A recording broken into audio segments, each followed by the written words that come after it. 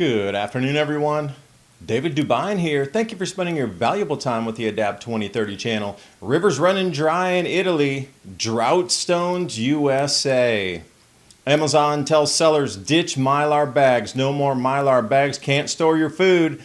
Resetting the table, transforming the US food system. Rise and fall of the wheat harvest across different countries. Surviving the economic collapse, how to live without money. And bring on the mushrooms, nutrition, and guidance for some.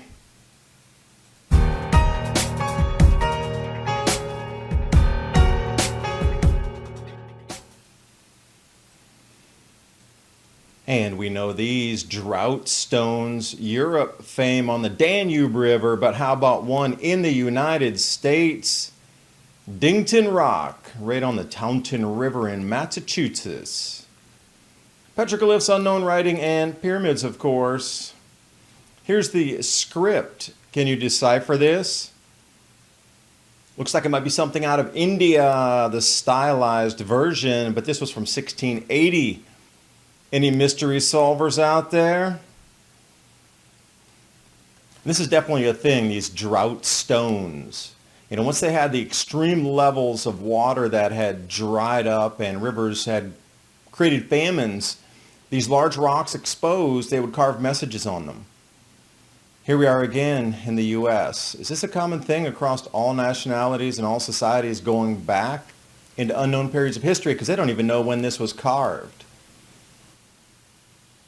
With the primary lines, geometric shapes, and plasma petroglyphs, hard to miss this one.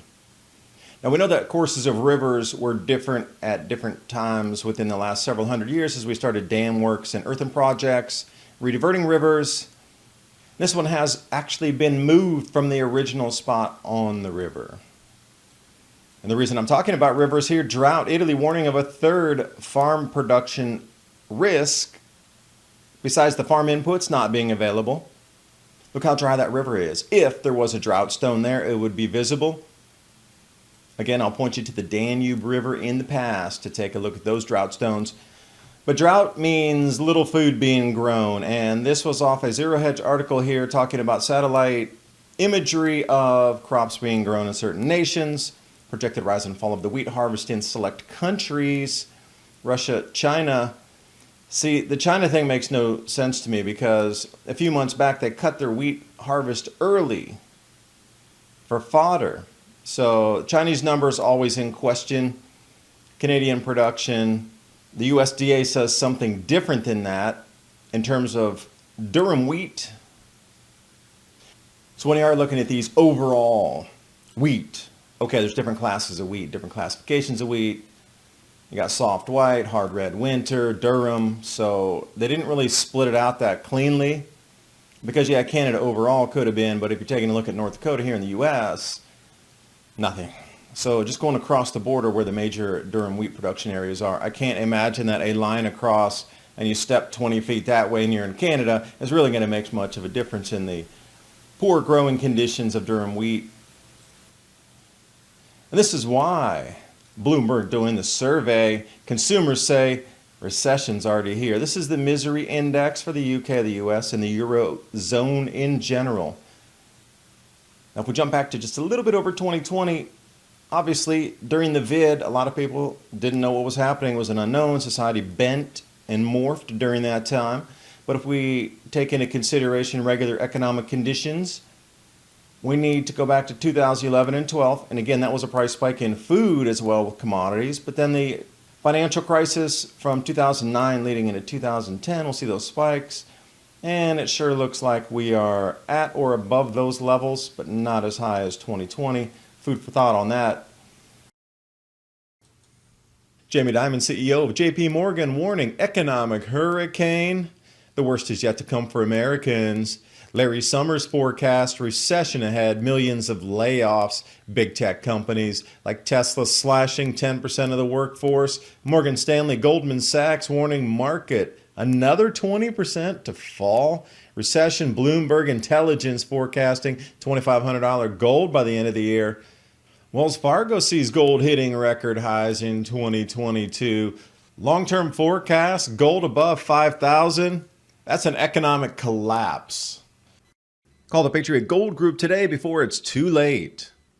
Patriot Gold Group has the no fee for life IRA, where your IRA or 401k can be in physical gold and silver, and you may be eligible for the no fee for life IRA on qualifying rollovers. Call 1-800-356-4470 for a free investor guide today. And with the knowledge that Patriot Gold Group is Consumer Affairs' top-rated IRA gold dealer from 2016 to present, click on that link in the description box below. And now on with the video. And the wage pain, ouch. Global inflation shock hitting take-home pay. This is way, way low. But we'll read it as it is. Thanks, Bloomberg. You're using the official government data. Changing wages versus 2021. As you see, Greece, Spain, Italy, UK, Germany. Wow, those are all Eurozone areas, aren't they? Subtracted wages and spiking inflation. So if you're getting minus 7% on your wage, but then your inflation's running at 10%, then that's a 17% difference in what you can purchase.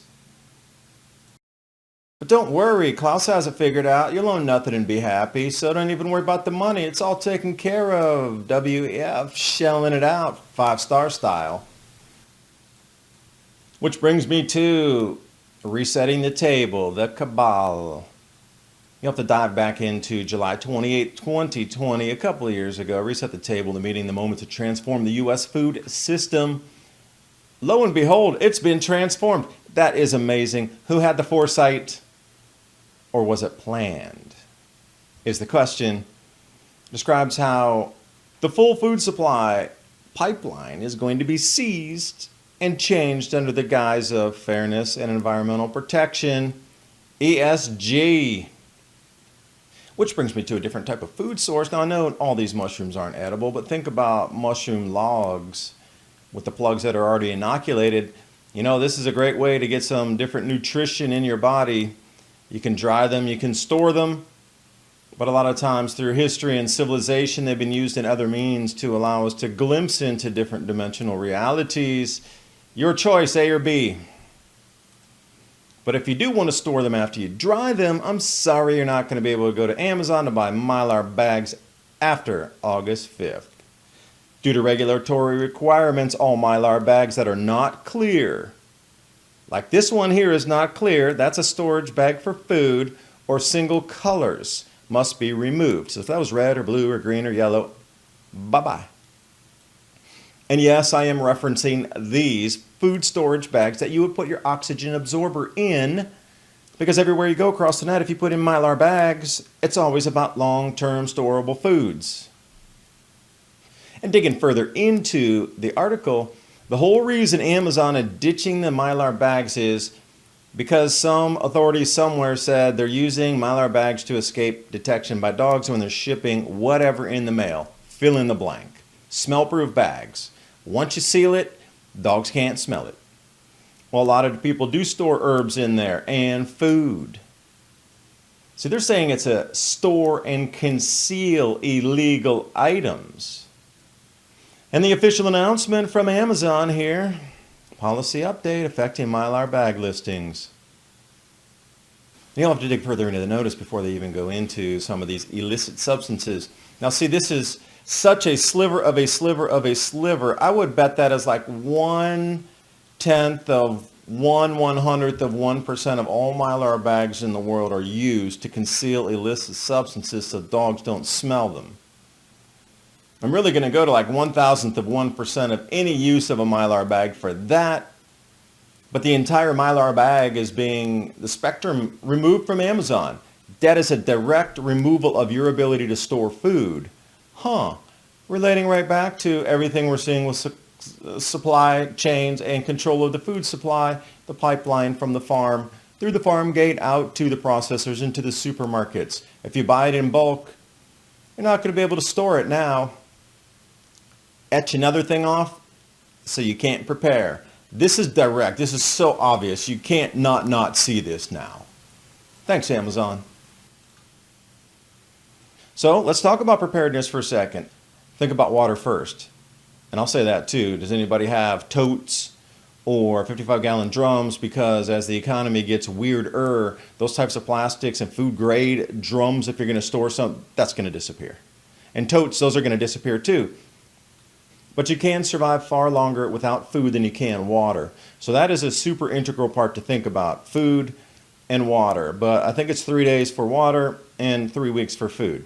You'll have plenty of time to find your food. Not so much the water. And you know all the regulations now for collecting rainwater across the nation. It's illegal in many states and jurisdictions, so follow your own local laws. You wouldn't want to break the law, collect rainwater or spring water to get ready for an emergency. Nope. But here's something I found interesting off Primal Survivor, surviving the economic collapse, how to live without money. Perfect topic. So when we talk about collapse, we're always talking about hyperinflation or shortages or starvation or looting or not using money, moving to gold and silver. Okay, I'll agree. Take that all into consideration and move carefully. But digging down into the barter economics or the barter economies going back through history, they're generally tied up into what you consider regular market economies. So there are no examples of barter economies in history because you're going to be trading a one-for-one on that. Now, in the beginning, yeah, there's some items that you could trade directly one-for-one. But when you get into a community setting and everybody's working every day, that's going to get old quick and you're going to be repeating the same stuff and eventually somebody will not want it, and then what?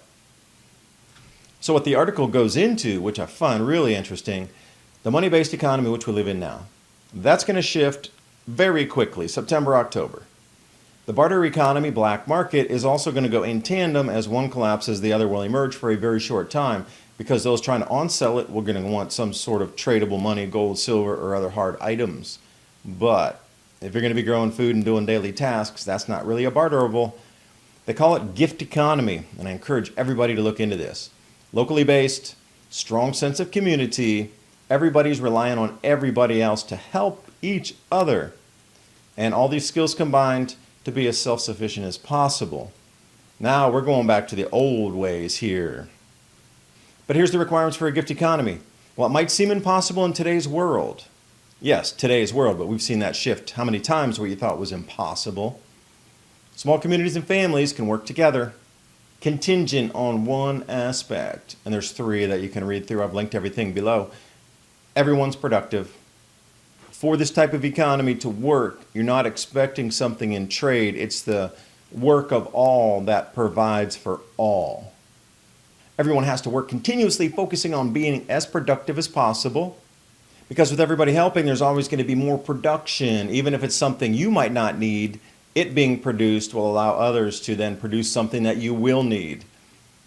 And this is the key here. Even the children, the elderly, disabled, whatever, they all need to continue in addition to everybody else. Might be something as simple as pulling weeds in the garden or whatnot. But it's crucial that everybody plays a role. Everyone. That's kind of where we're going to go. People trying to restructure their lives around growing food, being comfortable, having the medicines, the security, and an semblance of the way of life that we live now where you would have water. Perhaps you're all fixing a pump together. Perhaps you're all putting pipes together, digging irrigation canals, whatever. It brings water to the entire community, and you would do it along with the others because it brings water to the community. And there would be so many other aspects like this. From the trash removal, maybe you need to dig a hole and bury it. Same with the waste, human waste.